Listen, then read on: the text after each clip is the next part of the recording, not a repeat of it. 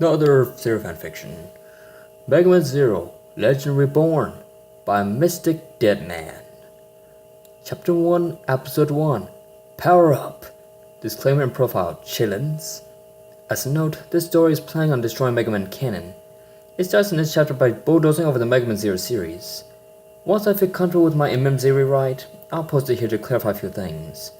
For now, please humor me and just run with it. Also, this is the first time I've ever written anything, even a school essay, in this style, so my apologies if things get screwed up big time. 23XX. The nation of New Arcadia faced a terrible crisis. The energy source to power New Arcadia reached dangerously low level, creating a sense of fear among both the human and Reploid citizens alike. The ruling leader of New Arcadia, known as chp1, began declaring innocent Reploids as mavericks. He began to persecute the falsely accused Reploids in an effort to reduce the level of dependence on E-crystals, the source of New Arcadia's power, and stretch out the already thin resource as far as possible. Many of the citizens of New Arcadia lost faith in the leader and detected effective fundation, creating their own force to oppose the New Arcadian government's cruel oppression, calling themselves the New Arcadian Resistance Army.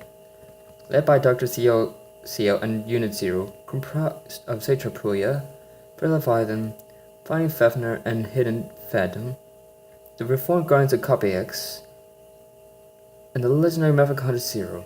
The New Arcadian Resistance Army waged a war against the nation in an effort to both overthrow chp1 and find a solution to the crisis that plagued New Arcadia. In the end, both goals were achieved as chp1 fell and Dr. CL was able to defeat the stable energy source known as the CL system. Unfortunately, a threat still remained. Dr. Well, a scientist that had been banished from New Arcadia, sought revenge against the nation and aimed to destroy it completely. Zero and the rest of Unit Zero battled Whale's forces valiantly, bringing the fates of humans and rebels not only in New Arcadia, but around the world, to rest on one final battle. Zero and Dr. Well faced off one-on-one on board the orbital satellite Ragnarok, each determined to end the war once and for all. Zero managed to defeat Whale, but as a result of the battle, Iris... Oh, hold on. I turned from my computer screen to see my dad poking his head through my door. Have you finished your homework? I rolled my eyes. Ugh, I hate when he does that. He always manages to interrupt me when I'm doing something important and he never knocks. Whatever happened to privacy in one's room anyway? Yes, Dad, I finished it last night. I don't exactly have that annoyance in my voice. My dad's used to it though, because he doesn't even respond to it. Alright then, better get ready for school. You don't want to be late on your first day, he says as he leaves. I roll my eyes again. Another thing I hate. Summer homework. What kind of school allows a teacher to assign homework over summer vacation? That kind of thing should be illegal. I mean, we take off vacation so we can forget all the stuff we learned at school, not so we can do some lame essay on the historical significance of toilet paper. Anyway, where was I? Oh, right. Computer. As a result of Zero and Whale's battle, Ragnarok became incapable of maintaining its orbit around the Earth and fell to its destruction. He was unable to escape from the situation before it crashed.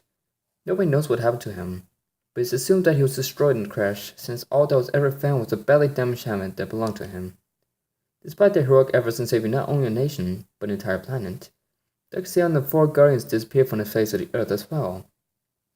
No trace of any of them were ever found, and no instances to their disappearances were present. Still, society today owes its peaceful access to efforts of Dr. CL and the New Arcadian Resistance Army. I scrolled up on the webpage, finding a picture taken during the war. Images of CL and the guardians roll onto my monitor, and I can't help but look in awe. Zero, the legendary Maverick Hunter and leader of Unit Zero. He looks so cool in the pictures on the page. Just of him fighting off numerous enemies with his favorite weapon, the Sea Saber, make me feel fuzzy inside. Clicking on a few links, I found more images of Zero. One showed him standing with the guardians on the cliff overlooking New Arcadia. Another showed him carrying supplies in the resistance base and smiling at another soldier, who I guess tripped over something and fell over. Man, what I want to give to meet Zero in person. Oh, right, you're probably wondering who I am. Well, my name is Iris Sakamoto. I'm 16 years old. I stand about 5 feet 7 inches, and my weight is none of your business. Jerk. Anyway, I have what people call soft blue eyes and brown waist-long hair. I live with my parents. My dad, Koji, is a software engineer for a huge computer company. My mom, Yuna, is an interior designer with no real sense of coordination. But don't tell her I said that. People look at me, then my parents, and wonder what happened. I mean, I've got long blonde hair, while my dad has my blonde hair that isn't too short, but isn't too long, and my mom has blonde hair that reaches just past her shoulders when it isn't tied back. How do two blondes have a daughter that turns out to be a brunette? Some kind of glitch in nature, I guess. Doesn't bother me, though, since I'm my own person. That's right, I'm a solitary woman. A woman who doesn't need to rely on anybody to get through life. A woman who knows what she was doing. A woman who... Just saw her clock on nights and realized she's gonna be late for school. Great. I took my book back on my bed and made a mad dash to the front door. Bye, Mom, bye, Dad. I'm off to school, I shouted as I left. I thought I heard Mom say something, but I didn't bother to go back and ask what she said. Unless I hope bonds, I'm gonna be late though as it is, and I don't want to make it worse. Oh dear, said, bringing a hand up to her cheek. She didn't hear me. Well, Gold replied as he adjusted his tie. I did tell her not to be late for school. She must have gotten absorbed in personal research again. Una sighed. Oh well, I suppose she can figure it out on her own. She's a smart girl. Look at who her mother is. Una blushed slightly. That would get you nowhere. Now get moved before you're late for work. She chewed Koji out the door. I'm going. He laughed. See you tonight. Una waved to her husband as he entered his car and drove to work. She then left her own job, blocking the front door behind her. 1 mile, 672 feet. That's the distance from my house to New Arcadia High Learning Academy. That's also the distance I just sprinted in order to get here as soon as I possibly could. I didn't even bother to slow down till the academy's front gates were in sight. Thankfully, the other students reported to the property. Looks like I made it in time.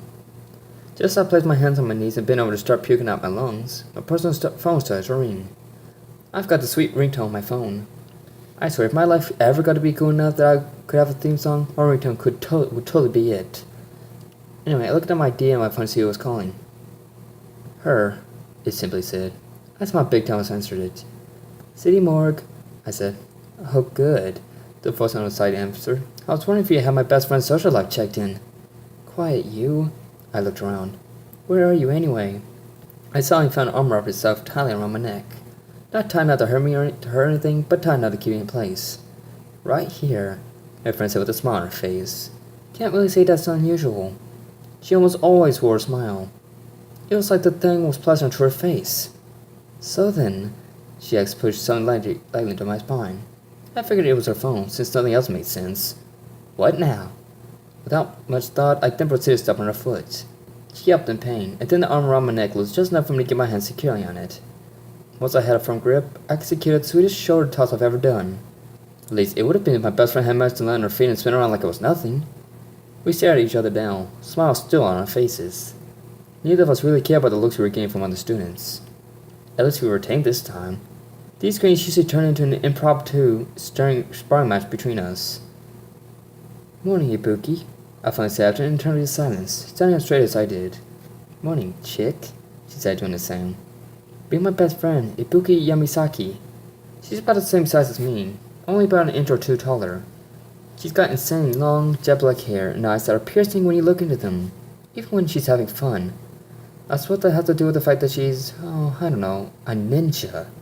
I mean, I don't mean one of those friends always seem to sneak up on you when you least expect them and scare you by putting their heads on your shoulders and shouting, boo!